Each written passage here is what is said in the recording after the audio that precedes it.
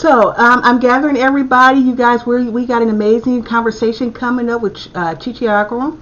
And I am so delighted to have this conversation with her. The Enneagram for Black Liberation is coming up. This is going to be a very interactive conversation. There's a lot of questions. I have had a chance to read the book, and I just have a whole lot of questions. So everybody just join, gather everybody around, and I am going to make sure all, like you guys know, I'm going to make sure all my platforms are working. Again, this is going to be an just amazing and exciting conversation. So it looks like we're gathering around. Continue to gather. Again, I'm going ready to have a conversation with Chichi Agorom. The Enneagram for Black Liberation. Return to who you are beneath the armor you carry. Oh, and you guys make sure you take a visual of the image that's on the back of this book. So make sure you take a real a great look, because we're going to talk about that. So continue to gather.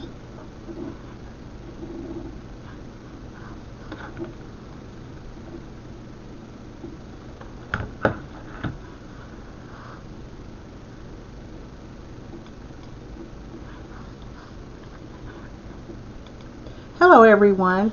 Good evening. Welcome to the Doc Bookshop Live. I am your host, Danya Craddock, co-owner of the Doc Bookshop.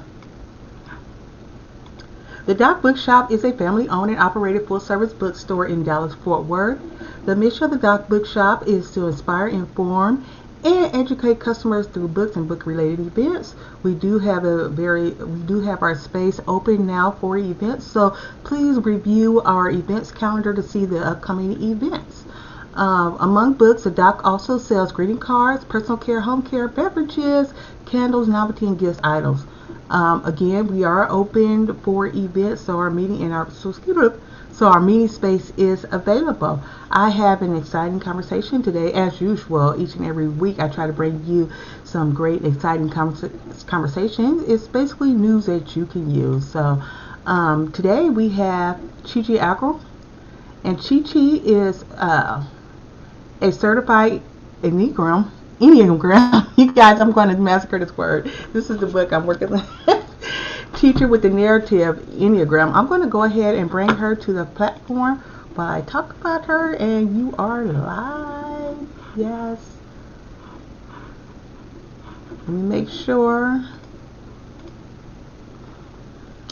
She's a writer, psychotherapy, and is a lifelong student of what it seems to be fully human. She holds a Master of Art in Clinical Mental Health Counseling from Denver Seminary and a Postmaster Certificate in Marriage and Family Therapy. She lives in Los Angeles. You know, you could foreshadowing you guys a part 2 and 3, because just talking about Enneagrams, and then, she's dealing with marriage and family therapy. She might end up being a regular on the Doc Bookshop Live. So welcome to the Doc Bookshop Live. I'm so happy to have you here for this daring conversation on Enneagram. And again, you guys, this is the book cover. It's an amazing book cover. So you can, just the words behind it is going to be very in-depth. So again, welcome to the platform, the Doc Bookshop Live. How are you doing today? Thank you for having me. I'm doing great. I feel really well rested today. So it's been a good day. Okay, you're out there in LA. No, nothing going on in LA. It's actually a rare rainy day. It's been raining the entire day today in LA, but I don't mind it. Okay, before we jump in the book and talk about this daring piece of work, I do want to it's a fascinating book that uses the Enneagram as a tool to help Black readers remember their wholeness and worth that existed long before systems of supremacy told to them when they were not enough. And so, Chichi, before I get started, we are just going to have to deal with the trending thing of today. I don't know how we can escape. I don't know how we can start the conversation with escaping that, especially when we're dealing with the Enneagram and Black liberation, for women. We're looking at this book and return to who you are underneath this armor. And I'm just like, okay, what's trendy? I was like, Chichi is going to have a lot of ground to cover, with what's trendy with Will Smith. and Jada Pinkett. And I know we probably had to go back and forth. I don't know. Have you had a chance? I don't know who can miss that conversation. Like, have you had a chance to just think about it in terms of the work that you do and how you perceive that situation? Can you just expound upon that? I mean, my first thought was in watching the video, and then the conversations that, Twitter and everything that's been going on since then, I feel like we have completely decentered the person who was initially harmed by the joke, Jada. Mm-hmm. And now it's a conversation about Will and Mm-hmm. Will's outburst and Will's anger and the apology and all those things. And I just, if I think about it in the context of this work, I think about how easy it is for us to jump into action, like our armor kicks in when things are uncomfortable or when we feel threatened, and we just show up with autopilot and just respond. And in the book I talk about the power of space, just being able to pause and allow a little bit of time so that we have more choice as to how we respond. Now, I don't know what that would have looked like because I don't, I'm not inside of Will's head and lived experience, but I guess the main thing that stands out to me is the fact that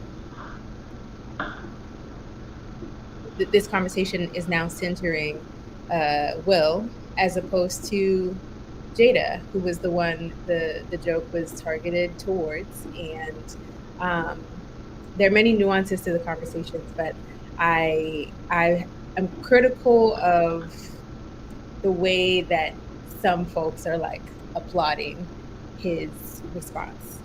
I'm critical Mm-hmm. of both of the men in this scenario. Basically, I'm trying to say. I think that's a better way to put it, and I think I'm similar to that. Um, but I think just for me personally, I think I took a twofold approach in that I'm looking in this audience of Chris Rock, and here is a woman who is trying to embrace her natural beauty. She's fully clothed. She's in presence and trying to be respectable. And all too often we see women, especially nowadays, that you know, are draped with black inferiority issues, and of all the people in the audience that probably have a display of black inferiority, they were not under attack. But you attack this woman who, is in her natural beauty, and you make it masculine. And how often do they try to make our sensitivity and our femininity that's a word, masculine, referring to her as a GI Jane when she's, I'm a woman at the end of the day who loves. And for you, even though I'm strong, but I'm vulnerable and I'm sensitive, and you've entered that space, and that tells me that Chris Rock doesn't have a sense of consciousness or a sense of discernment, even though she's always put her business on the street. And I don't think that's a choice of Jada. I think it's a choice of dealing with society and saying, okay, I have to address this issue. But I'm going to get off my soapbox because I know I'll probably be talking about that for a long time. Chichi, and I probably will go down this path. And I just kept thinking about it and thinking about it as I was thinking about your book. And I was like, you're dealing with women, and you're dealing with the liberation, and you're dealing with the wholeness, and you're dealing with the self, and trying to really define self-worth, and what does that look like, and how people just kind of enter in that space while you're healing, while you're trying to uncover trauma. And so, again, you guys, if you're just now tuning in, I am on with Chichi Agorom, and she has the book, The Enneagram for Black Liberation, and I am just going to have her open us up to the book. And we just finished just a brief conversation on Jada and Will, since that's trending all over the place. So you guys have made me and Chichi have to deal with this subject. Let's jump in your book, Chichi, and just talk about, tell me, what is a Enneagram? Tell the people out there, what is a Enneagram? Sure. So the Enneagram is a human development system that um, shows us the different strategies that we've used to navigate the world, to protect ourselves from pain, from difficulty, from hardship as much as we can.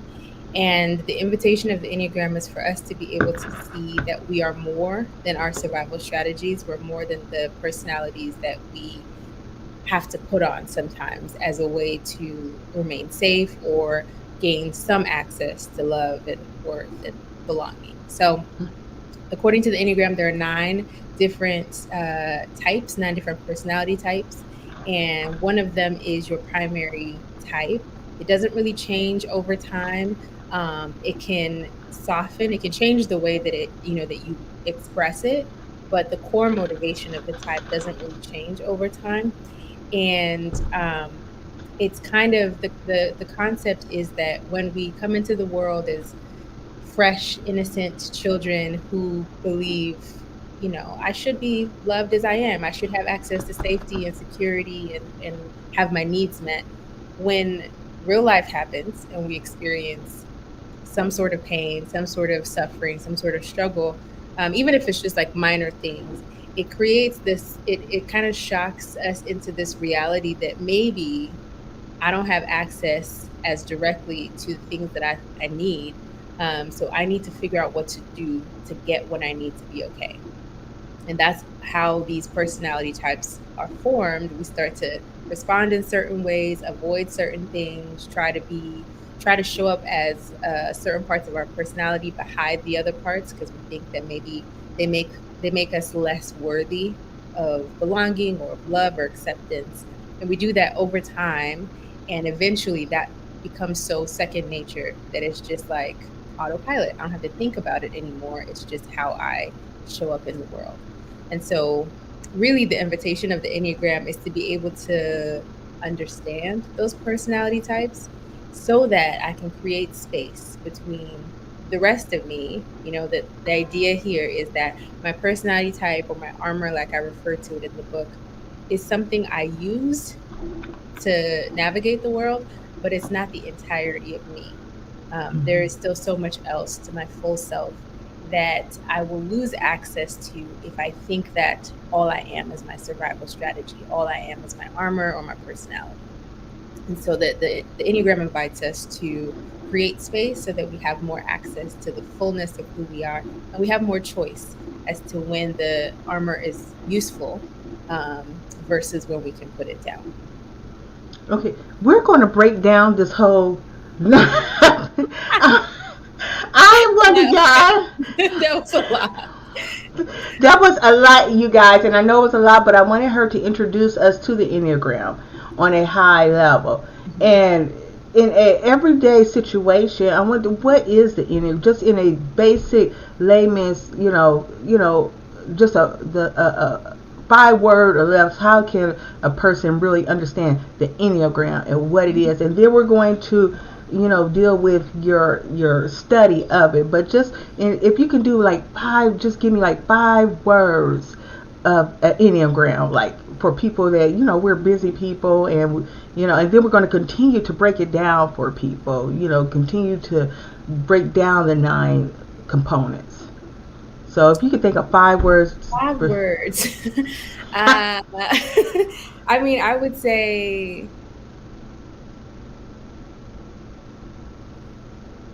a survival strategy that you put on to be safe in the world.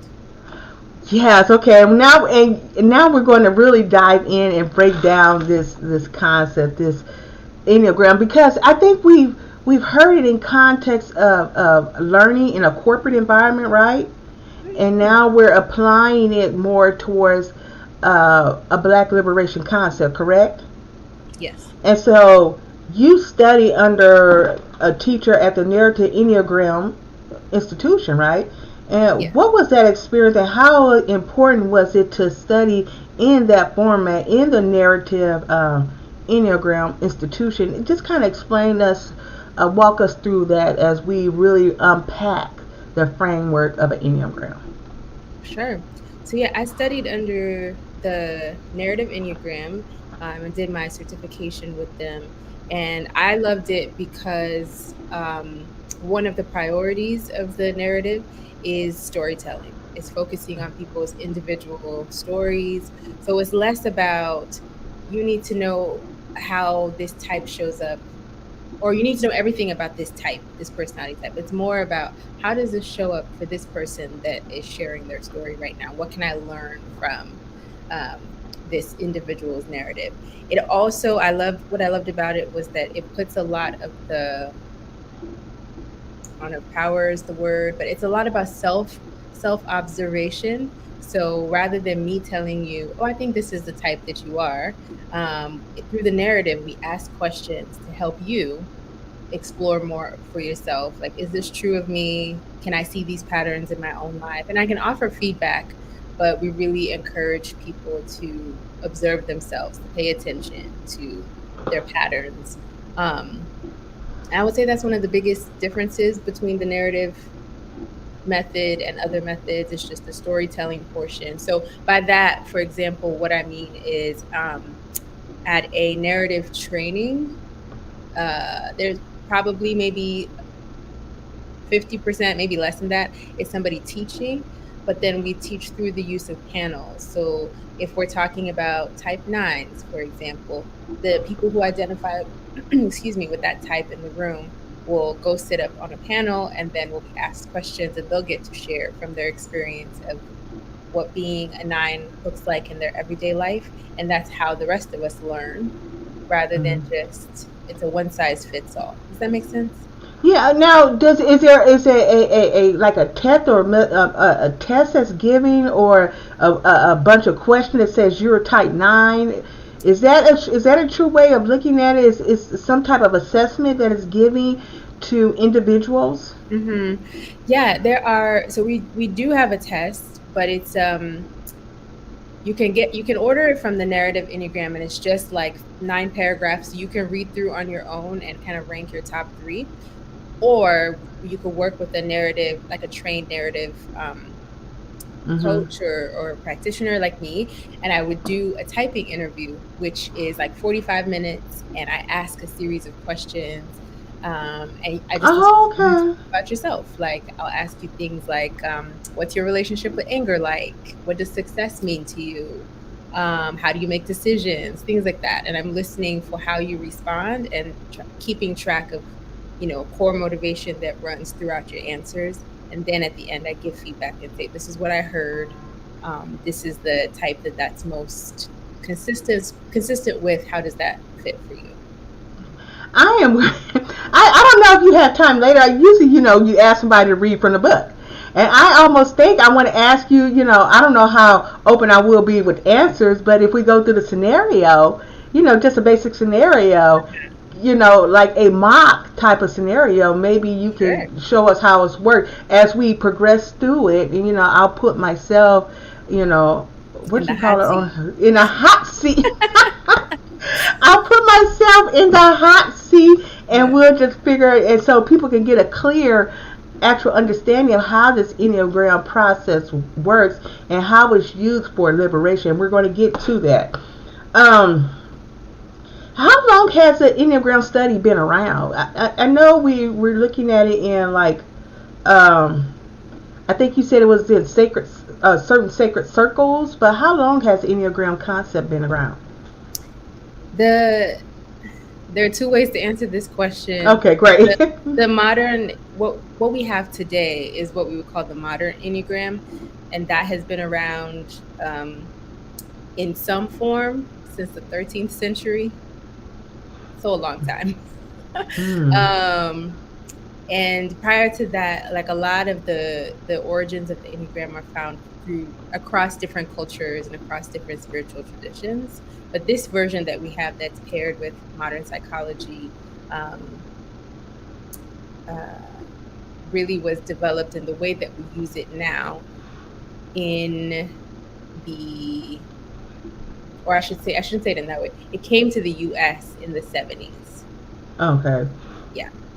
So I was thinking I thought I seen somewhere it came in the 80s, but it's actually prior to that, and it was defined, as this sacred circle type of concept. I think that's what I read in the book, but it actually came in like the 13th century, and it was kind of developed and honed in on the academia level in probably the 70s, correct? Yeah, the academia, yeah. Yeah, and I want to say, you said the structure of it. I want to get back when you talk about the structure, you guys. I think you're breaking it down in what you do in your book in terms of psychology, spirituality, and Somatics. What's the Yeah. third one? Did I Somatics, say? you got it. Yeah, yeah. Okay, somatics. So, kind of, break that down and how does that play in the Enneagram? How does that fit? Is that you know the whole breakdown of the Enneagram in these different areas, and it goes back to that narrative approach or narrative methodology. Yeah, so that's in the narrative. We think of the Enneagram as, or through these three lenses that you mentioned. So, psychology is really about understanding the type, understanding patterns, mental habits, what the type looks like played out. And then there is spirituality, which is about practicing being open and receptive the way I say it, to a story outside of my own story, right? Like Mm-hmm. to be able to learn and be receptive to something greater than myself. And then the last is somatics, which is about body. Mm-hmm. And that part is important because all of our types and patterns and habits don't just happen in our heads, they happen in our bodies. Because we do it so often that it becomes autopilot that I don't I don't have to think about, the example I gave in the book is how we are socialized to think that men are better at directions or like know where they're going. So it's like So untrue. I so if that's the socialization, right, it's stored in your body so that when you are needing directions, you're not pausing to cognitively think, oh, I should look for a man. You just find yourself heading towards a man to ask for directions, or, if you wave down a car, you ask the man in the car. Like it just becomes autopilot. So those things are stored in our bodies. And the reason why I would say somatics is important is that you can't really interrupt the pattern that you are familiar with without working with your body, without being able Mm-hmm. to notice how it shows up in your body, without being able to pause. So you can't just like think your way out of the pattern. You have to work with your body. So that's the three branches, if you will, of Enneagram work is psychology, spirituality, and somatics. And any one of those three are a great place to start. But we talk about how using those three allows us to be more integrated. Okay. I'm happy you broke it down. You guys, this is a lot to unpack. We will probably be working with Chichi probably throughout the year. Because I think it's an intriguing concept once you understand it and once you know how it can create a better environment. I think it becomes an intriguing process. But I am going to put myself in a hot seat and we're going to just see this play out. But I do have some more questions before we get Sure. into the hot seat and just kind of see this in application. Um, Oh, you had mentioned earlier a very, a very important component of narrative tradition. You answered it earlier, but again, I'm breaking down and unpack all the stuff that you said. Is storytelling, and just in my line of question, and as I navigate to the nine components, I just want to say why again, and you've already mentioned this, is storytelling so important? What is that discovery? What does it help to do? I think that it's really powerful to see. I'll speak from my experience of it. It's powerful to see the way in which one type can show up so differently in different Mm-hmm. people's stories and different people's experiences. We we talk about the nine different types, but then there's all these layers of like your family culture, the culture that you grew up in, religion and spirituality. Like all these things can impact the way the type shows up. And so I think on the one hand, it's really helpful to expand the way we think about types through storytelling because we see it play out so differently in different people. The other piece is compassion. It's just, it's so easy. It's much easier to hold compassion for people who are different from me when I am listening to them tell their story. And I'm not just putting them in the box of, oh, you're just a whatever, type three, you're just a type whatever. Being able to hold compassion for people's stories becomes easier when you can see, you can hear the fuller story, and it's not just, I don't understand why that person does that, but they give you context for it because they're talking about their experiences and how they learn to see the world this way, and it allows for more compassion as you listen to people's stories. So I would say those are two of, to me at least, the most important parts of the storytelling. Okay, and as we thank you for clearing that up. I have you guys so much questions because I know we're at the halfway mark and we're not even putting me in the hot seat yet. But hey, you guys, maybe that's part two. Maybe our part two yeah, is in the hot seat.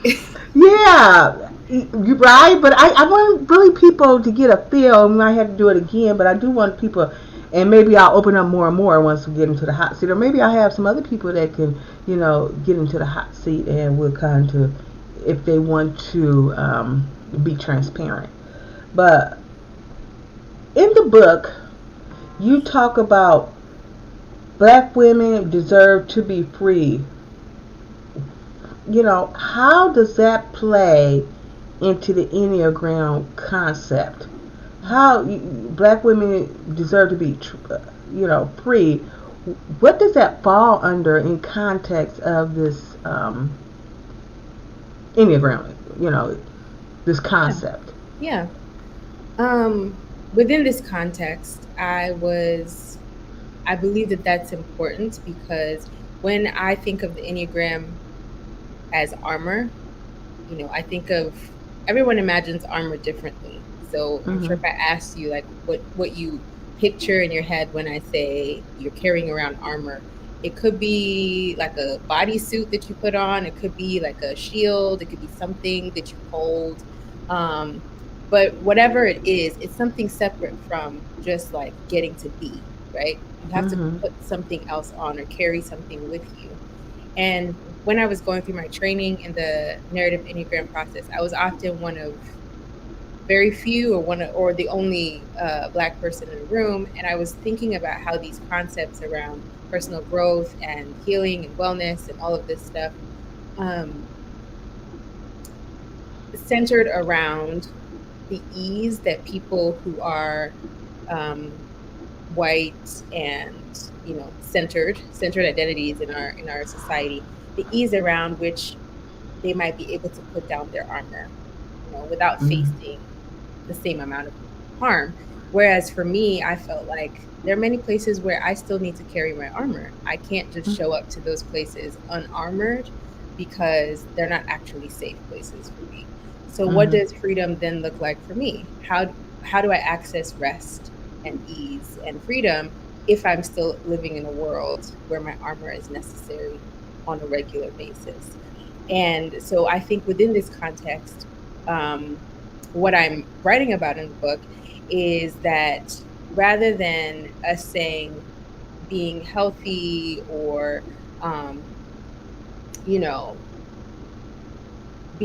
being well is to be able to live without armor, because that is another conversation that is often had. Is like leaning into vulnerability is the way that we heal and grow and all of that. And I fully wholeheartedly believe in vulnerability. But I feel like within this context, the work for me as a Black woman is to be able to create space between myself and the armor so that I know, first of all, I know what my armor feels like, sounds like, feels like in my body, so that I can start being able to recognize, okay, that's the armor, that's not Chichi, right?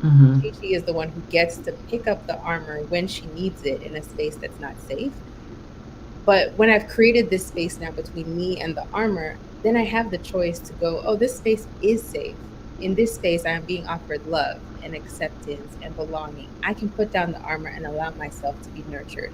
I can put down the armor, allow myself to be cared for and experience the freedom in that. Otherwise, I will keep confusing my identity, the fullness of my identity, with the armor. And I never really fully get to experience the freedom of setting it down because I think that the armor is me. And so I think. Oh my God, that's such a powerful concept. I think, and the more I hear you talk, the light bulb continues to go off. It's just going off because I was like, what? Why am I diving into this? What? And I was drawn to it, trying to curate. You get millions of books. Oh my gosh! But I was just so drawn to it. Like this is land. This is real estate. I don't understand, and I want to understand it. And I think it'll be not only liberating for me, but for a lot of, especially women. I mean, sometimes we're giving information and it's so standard and typical and it's repetitive, you're trying to tune it out.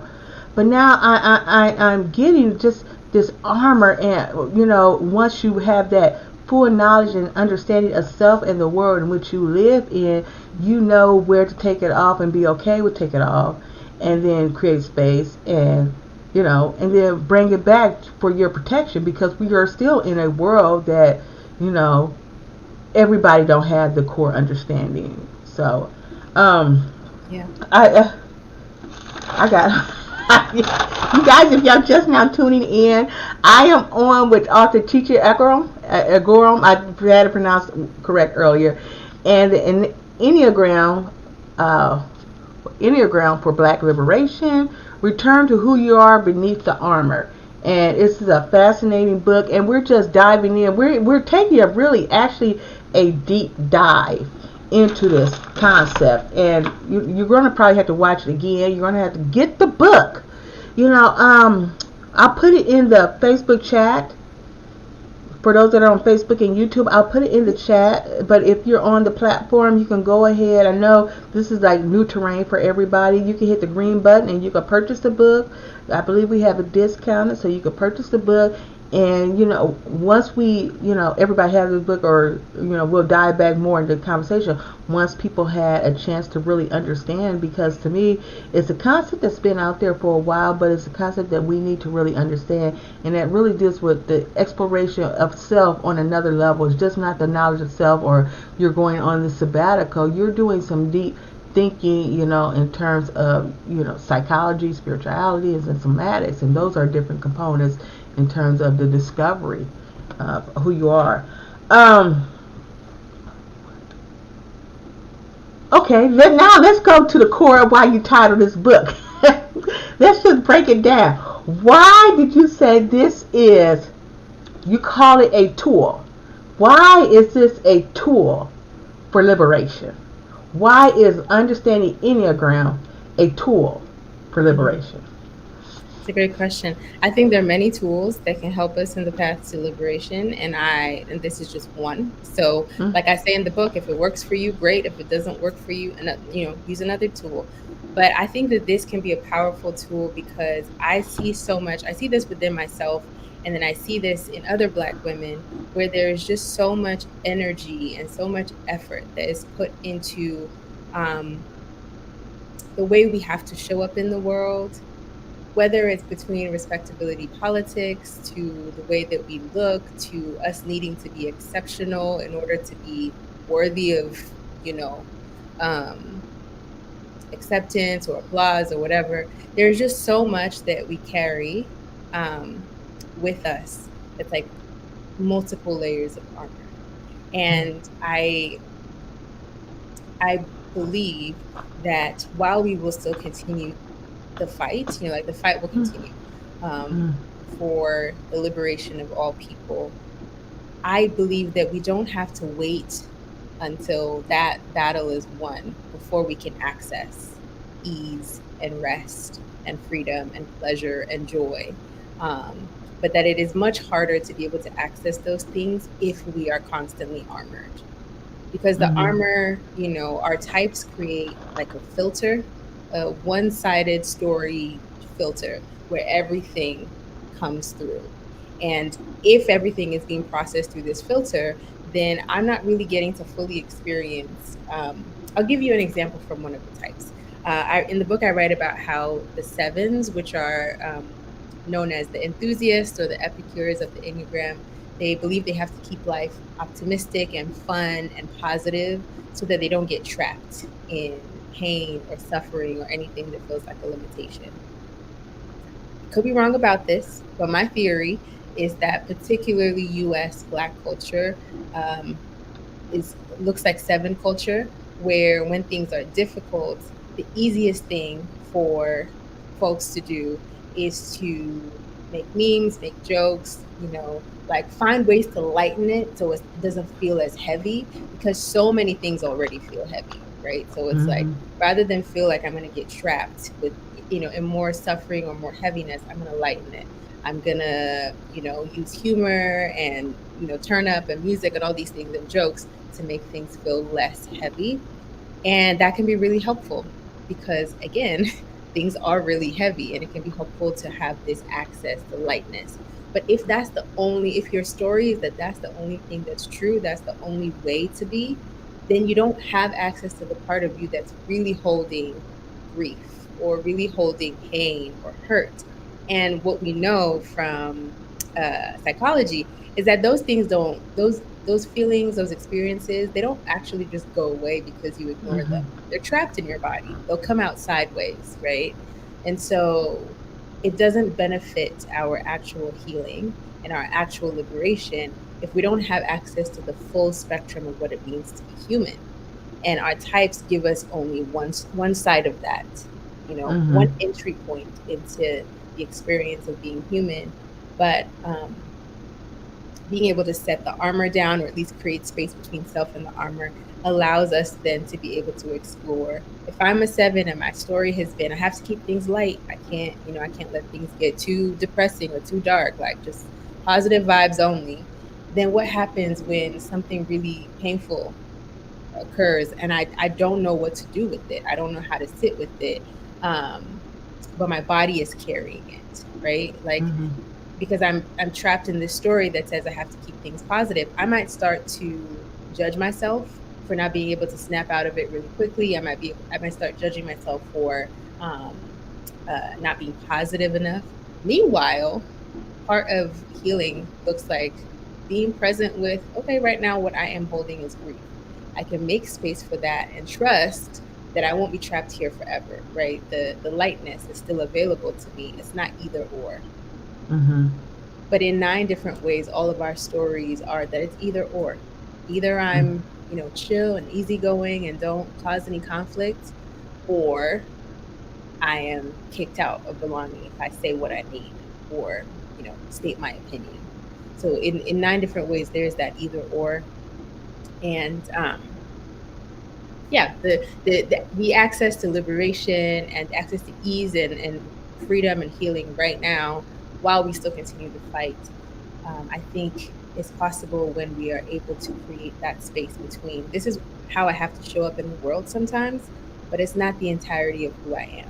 Where are the Mhm. places I can nurture the parts of me that I might not always be able to feel safe bringing out into the world?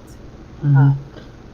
This is a subject is kind of it's challenging to unpack because I'm hearing you looked at the African American concept and say, okay, they fit into this space of 7, and then we have an individual component too, and it looks like it's kind of binary at this point, where it's two directional, like we're going a lot of different directions. Is that the intent, to be able to look at a whole group and make a enneagram like we just did, or I'm thinking individual, but and I yeah. looked at your said you said a whole group that we use this concept. I said, so it's like, oh, okay, wait a second Well, now.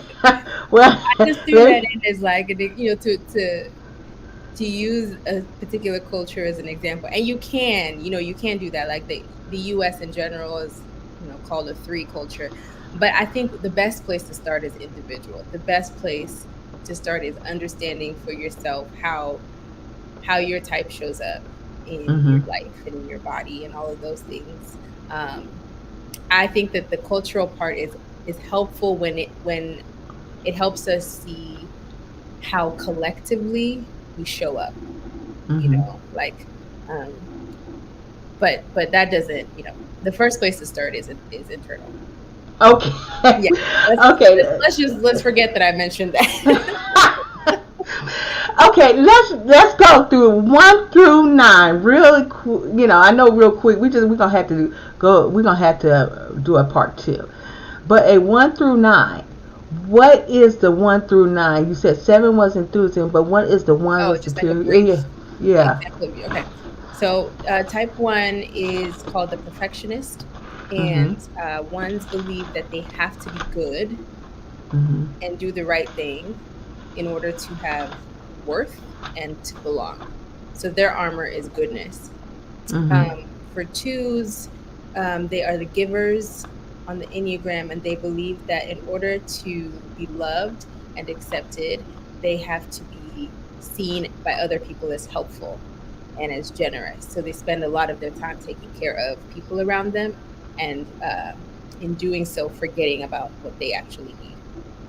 And then the threes are the performers on the Enneagram.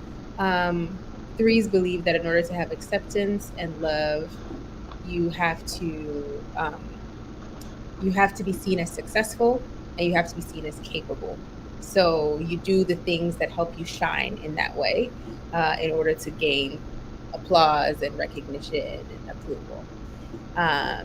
Fours believe that in order to have acceptance and love, you have to be seen as exceptional, as different or unique.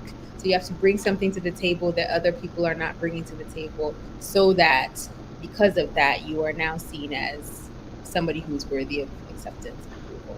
Mhm. Um, the fives are known as the observers, and fives believe that that is, in a world where people take and take and take from you, the best way to protect yourself and to remain safe is to gather knowledge and to also be self-sufficient and private. So gather knowledge. Knowledge feels like safety for fives. The more I know, the safer I will be.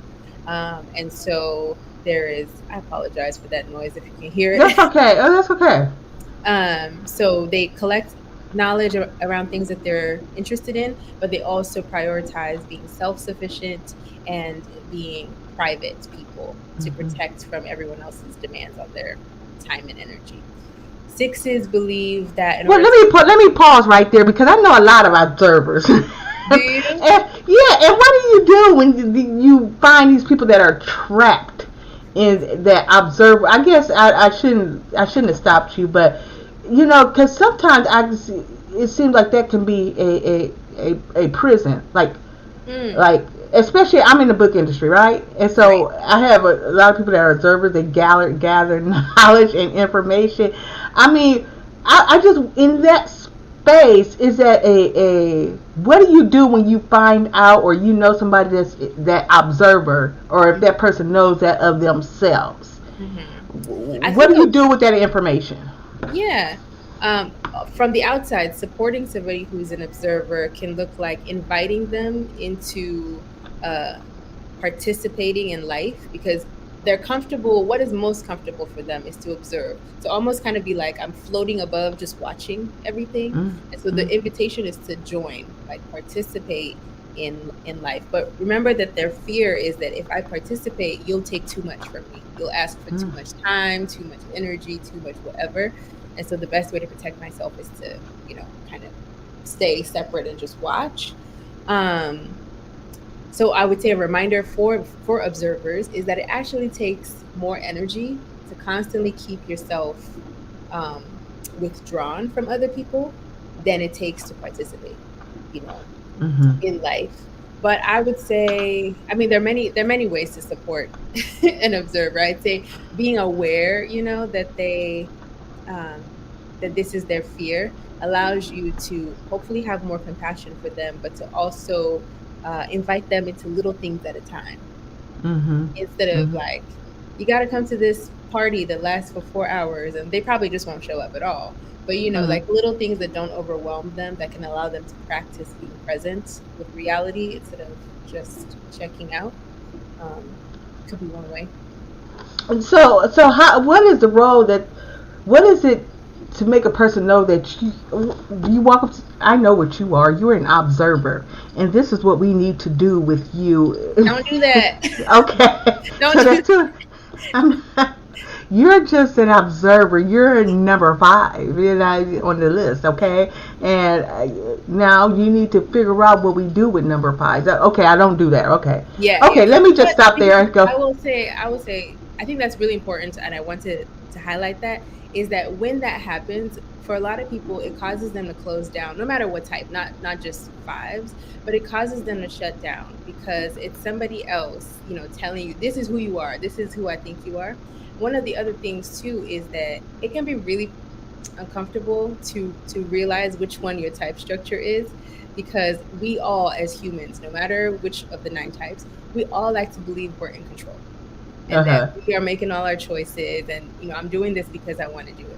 So when you really realize, oh, something else has been in the driver's seat, like my type structure has been driving this car and I thought I was in control all this time, it can be really painful or uncomfortable. And so you don't want to it's not a party trick. It's not tell people who they are. You can make observations if they ask and be like, yeah, I've noticed that maybe you take more of like the observing stance, but we really want to encourage people to do their own exploration so that we're not telling them who they are. Because there's no, in order to like keep doing the work of growth with the Enneagram, you have to keep practicing self-observation, which is why we encourage starting with self-observation. But yeah. And Okay. then I had 3 more. 6. Yeah, 6. Okay, so the type 6 believes that in order to stay safe in a world that can be threatening or scary and unsafe, you have to be loyal to something outside of yourself, and you have to remain skeptical. So you don't fully trust people, but you also want to find something or someone to be loyal to keep you safe. I think of like the pack animal mentality, where like if you're the only animal separate from your pack, separate from your family, you're easy prey for any of the predators that want to come eat you. But if you're part of the group, you're safer because the lion is probably not just going to come attack 20. But if it's just you, then you're easy prey. So that kind of mentality of I want to be loyal to something to keep me safe, but at the same time I'm really skeptical. I don't really trust that people say that they're who they are. And then for the 7, we already talked about the enthusiast or the epicure, but to stay safe in a world that can bring unnecessary pain and suffering, I have to keep life optimistic. I have to keep life fun. So optimism is their armor, and they try to, my favorite way to describe it is, walking around with a pocket full of silver linings to throw at every cloud, like ready to make every bad experience somehow a little better so that it doesn't feel as painful. And then the 8 is the protector. 8s believe that that the world is a place where people are out to get you. The world is divided into the strong and the weak, or the people who are powerful and people who are powerless. And so to avoid being powerless, they believe they have to always be strong, which can look like, I don't need anything from anyone. I don't ask for help. I avoid vulnerability. I put on this persona of strength. And then the 9 is the mediator. And the mediators believe that in order to have access to belonging and worth, they have to be easygoing, they have to be adaptable, go with the flow, don't rock the boat, and avoid bringing conflict or anger or their own desires into any sort of relational space, so that by doing so, by being really chill and go with the flow, they don't get kicked out of belonging. That's very fast overview of all the 9. All the 9. And okay, real quick, you guys, this is so much to unpack. This is like, and it's a lot of information. Now, and on the book, does this simplify these 9 components? Or these are you pointing different to that at the bottom? Oh, right here. I'm sorry. Yeah, and like, I don't know if you had it already marked, but the circle, yes. So that image is the circle of the Enneagram where you can see all 9 types. At the very top is type 9, and then you go all the way around to 8. And yeah. You guys, one thing that I see very interesting on here that just like blew me away was our bodies take in 11 million bits of information per second, while our conscious minds are only able to process 50 bits per second. You have to break this down in context of the 9. I just break that down for me, so I can understand. That's just like blown, like 11 million bits of information per second. Like a second just went by, 2, 3, and you're telling me that I've taken in. Well, your body is taking in the temperature of the room you're in right now, the way your clothes feel against your skin, your body in the chair, the sound of my voice through your headphones, maybe the feel of the headphones in your ears and like the, coming down your neck, the feel of your hands on the book, like all these things that you're not consciously thinking, oh, what does it sound like to listen to Chichi's voice in my ear right now? What does the room feel like? Unless you're like extra hot, extra cold. But all those things are information that your body is constantly picking up on second by second. But our cognitive brains can only process a little bit at a time. And the purpose of putting that in there was to show how much we miss when we think everything is processed through our heads, which is what we're taught in Western society, right? Is that wisdom or knowledge is all processed through the head. And I think often for women, we are socialized to not trust our body's wisdom, our body's intuition. But that often is what has kept us safe, even though we can't always explain it, right? You can't always say, you just know. It's this thing, that tells you don't go there or not that person. And you can't always explain it in the moment. But yeah, that's one of my favorite body facts as well. And it's really that reminder to like pay attention to my body. Yeah. I just what did research went in? Do you know what research is just a part of the narrative transformation? No, it's not actually the narrative tradition. It's a separate researcher that and I think it's in the back. I'll try and find it for you in the Understanding Unconscious Bias interview. Emily Kwong with Pragya Agarwal on NPR Shortwave. And the link to it is at the back of the book. So Chichi, this is so much amazing information, you guys. Just to study the body center and the different types, the different structure.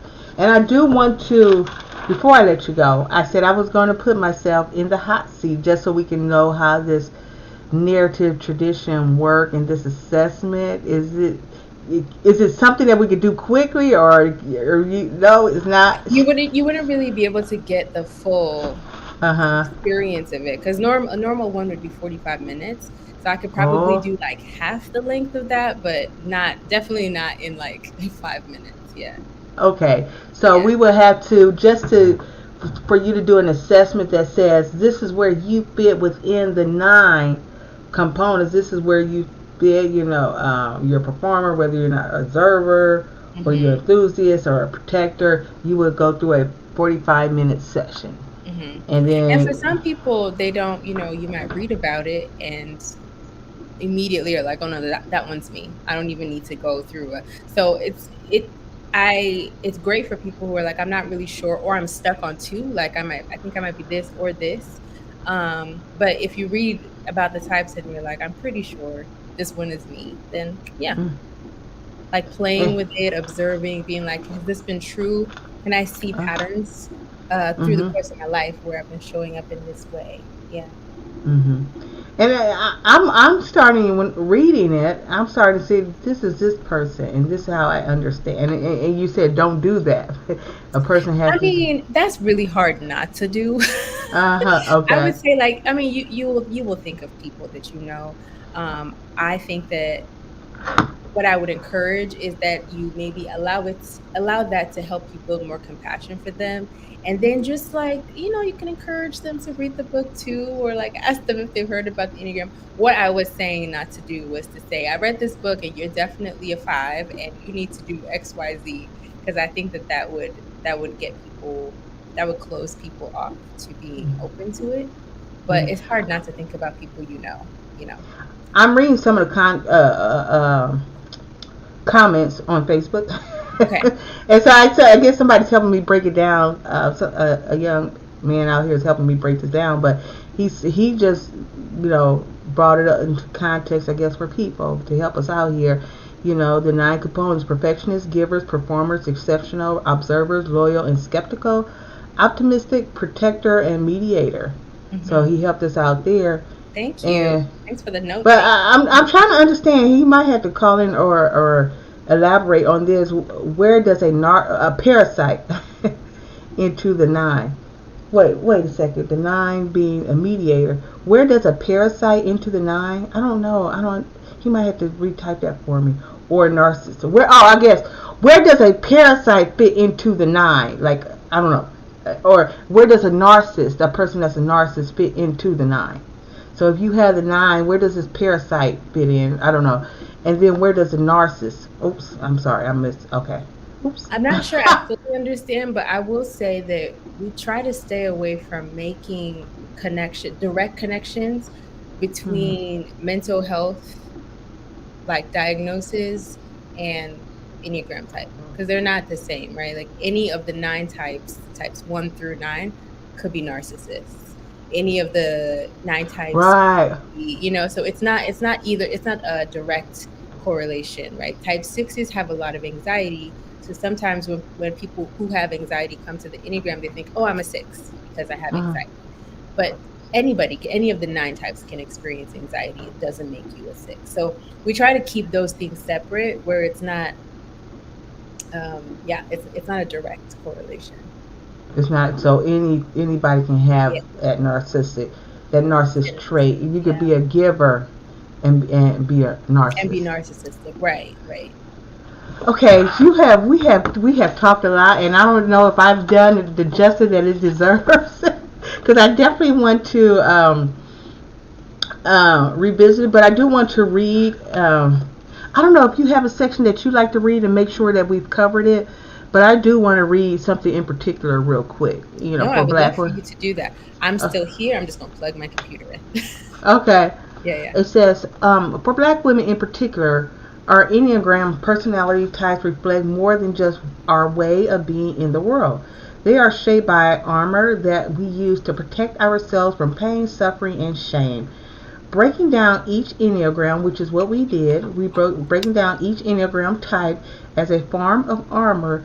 This book offers practices to help Black women and all who live on the margins begin to build a sense of self separate from our mechanisms of self-protection, while working to dismantle the system that requires us to stay constantly armored up. Our author here today takes readers through each of the 9 Enneagrams, which is what we did today, to illustrate the stories people must tell themselves in order to feel safe in the progress. So this is what we did today. We unpacked this. It's a lot more to this. And it's an interesting conversation, interesting group conversation too, just to have. So I would get it and learn it individually, and then make it a part of any group discussion, group read, analysis. If you were exploring, and even ask you to come in, to talk to the group. I think it would be great if you can come in to talk to various groups. I don't know. Did you want to add before I do want to see if you could add something, if you want to add something from the book, because I know I just kind of went all over the place, just kind of understanding the concept. So I don't know if you want to add something. just that, like I was saying earlier at the beginning, the hope, the goal of understanding type, your type, is to be able to allow yourself to have more access to choice and freedom, to be able to choose when to put down the armor, when to hold it up. And so in the book, after each chapter where we talk about a different type, there are like journal prompts and visualizations and things to help you kind of start practicing paying attention to your type, and noticing how it shows up for you, noticing how it shows up in your body, as a way to begin to create that space between self and armor. And the final thing I will say too is that I believe that armor is necessary for us, especially as Black women, and for a lot of people who hold marginalized identities. And so what I hope that this book does is add a different part of the conversation, from, instead of we need to just live in a world in which we don't have armor at all, or we think of the armor as the fullness of who we are, that this helps to create more conversations around, what if those are two separate things? What if my survival strategy is not all of who I am? And how can I explore more of all of who I am? And before I let you go, I do want to say I do want to acknowledge what has helped you shape this framework, or would look deeply into this framework, is your heritage, your Nigerian heritage, and you talk a lot in the book about your relationship to your mother. And so I really want you, before I let you go, just to explain why you felt it was necessary to bring in your Nigerian heritage, and how important was that in talking about the Enneagram. I mentioned it in one of the chapters of the book just to highlight, for me, because it was my own personal understanding of how different cultures can shape the way your type shows up. It was easier for me to see because I've lived in different cultures, and for a lot of people who get to know me at first, they don't think that I am the type that I identify with, because I don't show up in the stereotypical way, or the way that somebody who was raised 100% in this culture would show up. So for me, it was a reminder that being raised in a different culture, and then moving to another different culture as a kid, and learning to navigate both of those spaces, can change the way that my type shows up, but it doesn't change the core motivation. I still have the same story. It just looks different because I have these different cultural elements to it. And then with my mom, I reference her in the book as an example of power. When I think about what it means to hold power or to use power, I think of my mother and the way that she, over the course of my life, has modeled what it looks like to consider the greater good of the community, rather than using power as a way to just get things for myself or protect myself at the expense of other people. And I used her as an example of what it can look like for us to be able to access that power with, where we are using our personal power as a way to make space for other people as well. And that's I think, power and vulnerability. So that's excellent. I am going to let you talk about where people can reach out to you, but I do there's one more question. Okay. How, I don't know if you studied this or not, but how is this different from the Myers? That's what I was looking for, because everybody do the Myers and Briggs, and I'm so grateful that he brought this to the forefront, because I was trying to. Everybody do this Myers and Briggs assessment, this type indicator, and so I couldn't recall it, but I appreciate Kobina Sankofa. He brought it up to the forefront, so I do appreciate that, because I was trying to dig it into my brain. When you're in corporate America, everybody does this Myers and Briggs thing. So how does this differ? Great question. So the main difference is that with the Myers-Briggs, the focus is on behavior, as a way to figure out which one you are, INFJ, whatever, EF. Yeah. But the focus is on behavior, the things that you do, whereas with the Enneagram, the focus is on core motivation and less on behavior. So meaning that you and I might do a lot of things similarly, but our motivation as to why we're doing it could be completely different.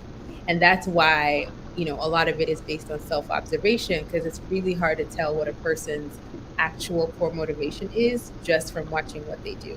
So the example I used in the book, I'm trying to think if there's a better example, but for the sake of time, the example I use in the book is of somebody who, if I like art and like painting, and you like art and you like painting, but for me, and we might create art that looks very similar, but for me, art is a way for me to figure out what I'm feeling and process that and put it outside of my head into something else.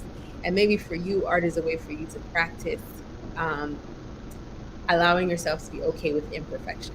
So instead of judging what comes out on the page, it's you being able to practice, like, I'm just going to let whatever happens happen without judgment. We have different core motivations that are bringing us to our blank, canvases. But that's not, people can't really tell that from the outside. They might just see, oh, these two women enjoy art or enjoy painting. And so that is the primary difference, is that the Enneagram focuses on the core motivation. And that's what we explore in the 9 types, is what motivates the types, what motivates the story of the type, and less about the behavior. Because like I was saying, even with the mental health piece, I was saying a lot of people can experience anxiety, but that doesn't mean that your core story is the same as the core story of the 6, right? A lot of people can be generous and helpful and take care of their friends when they're in need, but that doesn't mean your core story is the same as the core story of a 2. Right? So I'd say that that's the biggest difference. Okay, I hope you got a clarity over that. Yeah. It was clear, yeah. And I'm so happy that question came up. I was trying to figure it out, Yeah. I know I've taken all these studies. I've been here before, so I appreciate it. Where can people reach out to you? I know I promise to only keep you an hour, but where can people reach out to you if they have any questions about your book? Yeah, you can find me at my website, chichiagorom.com. You can email me from there. It's just hello@chichiagorom.com. You can also find me on Instagram at the Enneagram for Black Liberation. And yeah, those are the main places. Okay, I just want to thank you for letting me grill you Thank you on for this having book me. and break it down. And you guys, I'm telling you, groups, get this book, invite her in to talk about big groups, because any cultural group, corporate group, or just any group or individuals, I think you would truly benefit from these core principles, these 9 principles, and the application of the 9 principles and the history behind these principles, and just self, awareness, and figuring out how you can deal with the armor and create space with that armor. So it's a lot that we've unpacked here, and do yourself a service and get the book. And we will put the book in the chat, and if you're on the live, you could just click the green link and that'll take you straight to the purchase page, and I will make sure the discount is out there. I believe the discount is already out there, but if not, I will make sure we discount this for you guys participating with us on the call today. So I want to thank everybody for tuning in to the Doc Bookshop Live, and I look forward to our next interview with everyone. So thank you again, Chichi, for joining us today. Thank Great you for work. having me. This was wonderful. Thank you. All right.